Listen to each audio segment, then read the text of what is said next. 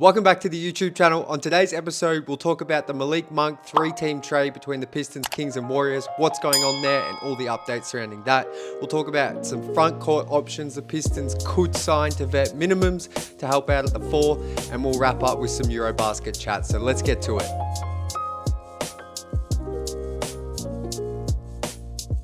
All right, so let's get straight into it.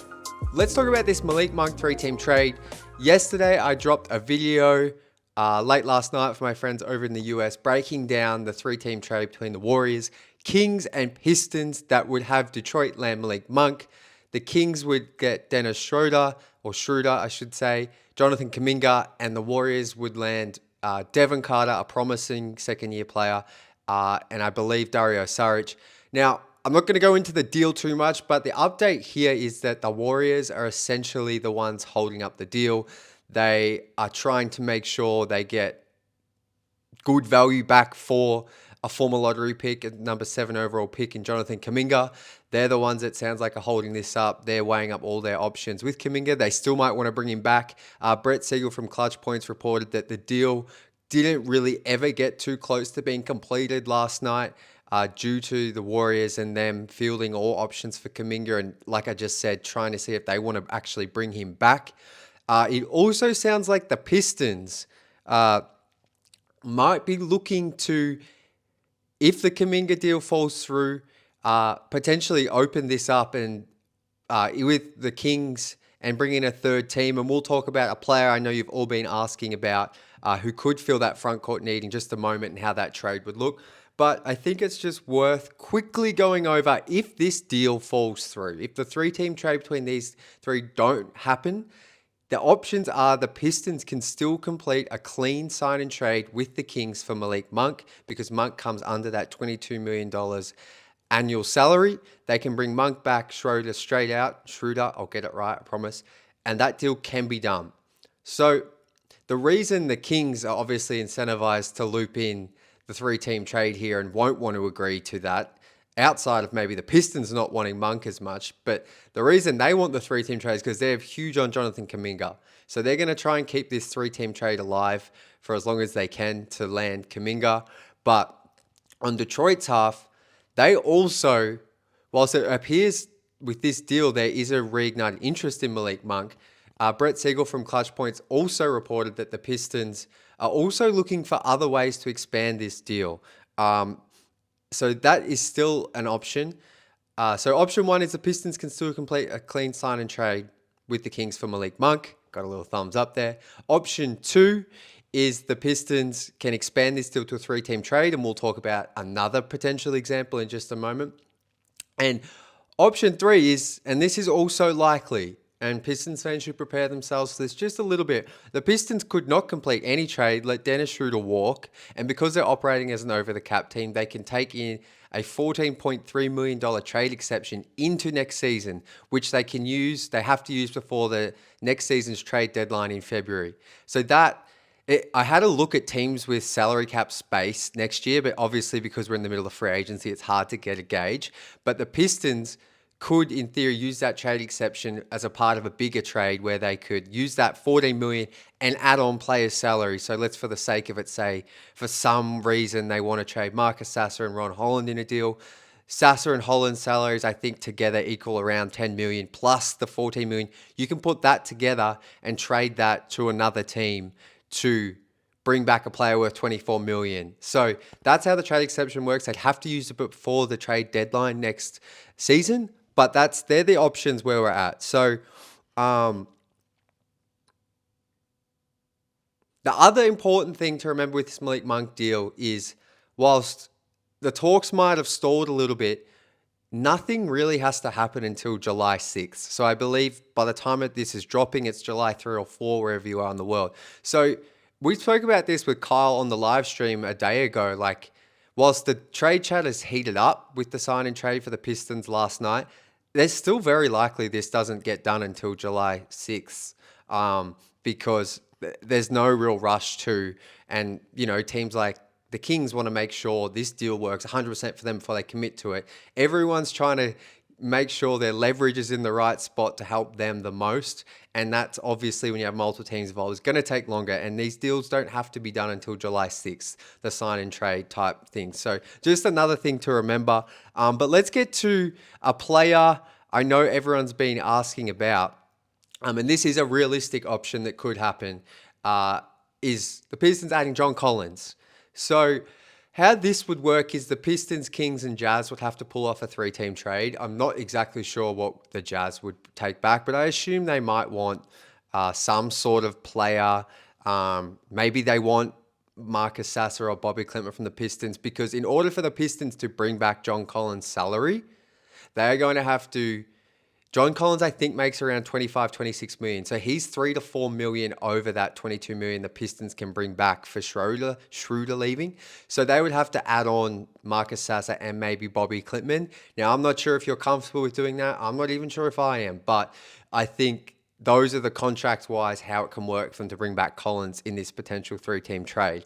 So if they're able to get Collins, that's what the deal is going to look like. It's going to mean the Pistons have to send out another player or contract to bring back Collins' salary of 25, 26 million.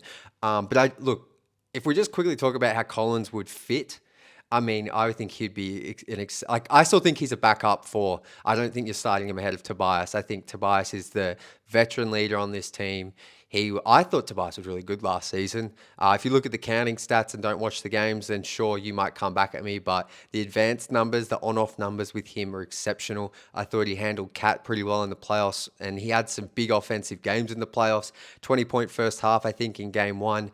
I think he had like a 25-point game in game 5, I want to say, facing elimination. He got hit in the face, still came through, hit threes, pull up middies.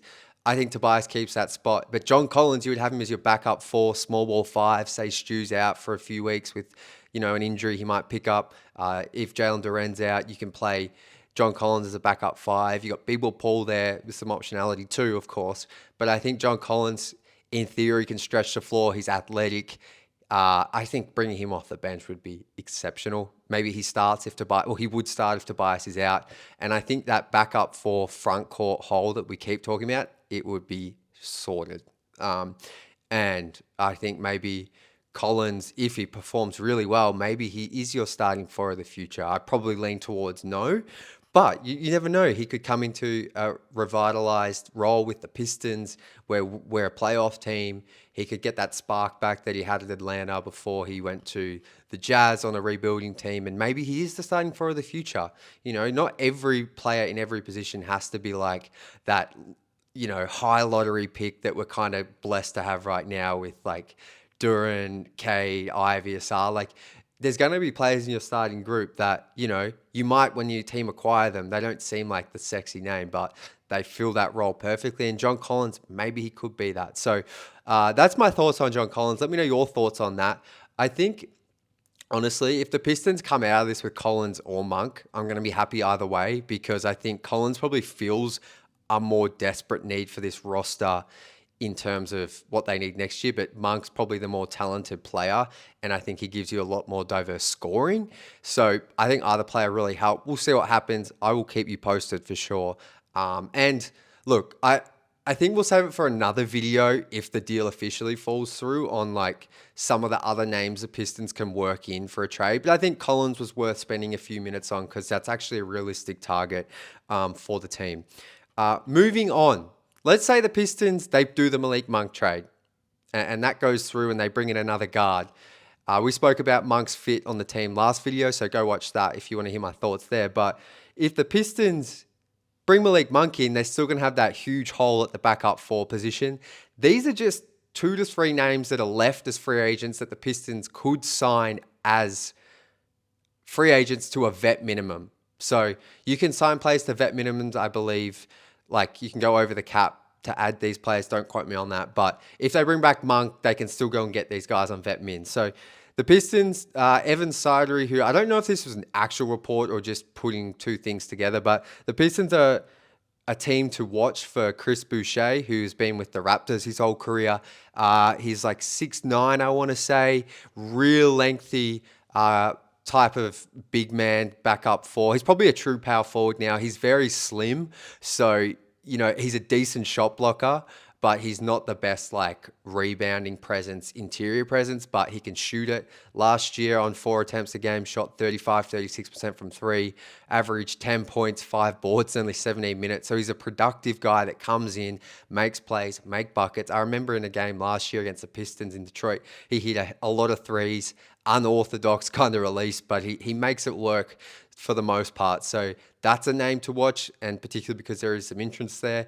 If Boucher doesn't end up a Piston, these are probably the only 2 other names I could come up with for you guys to keep an eye on. But Trey Lyles, who I've spoken about a little bit, can play small ball backup 5, or is your true backup 4, can shoot 3. We know a lot about Trey Lyles. And then Precious Achiuwa is another name who I know the Knicks aren't bringing back. So not a shooter per se, but can rebound, handle the ball a little bit, score inside. He could be an option at the backup 4 as well, even though he's probably not going to help space the floor. If you just need a athletic body, I think that could be another option to watch. Finally, quick one before we wrap it up here. I thought this was really cool because I feel like since I've been a Pistons fan, we haven't really had this, but Bobi Klintman is reportedly going to play for Sweden, his national team, at the EuroBasket in late August.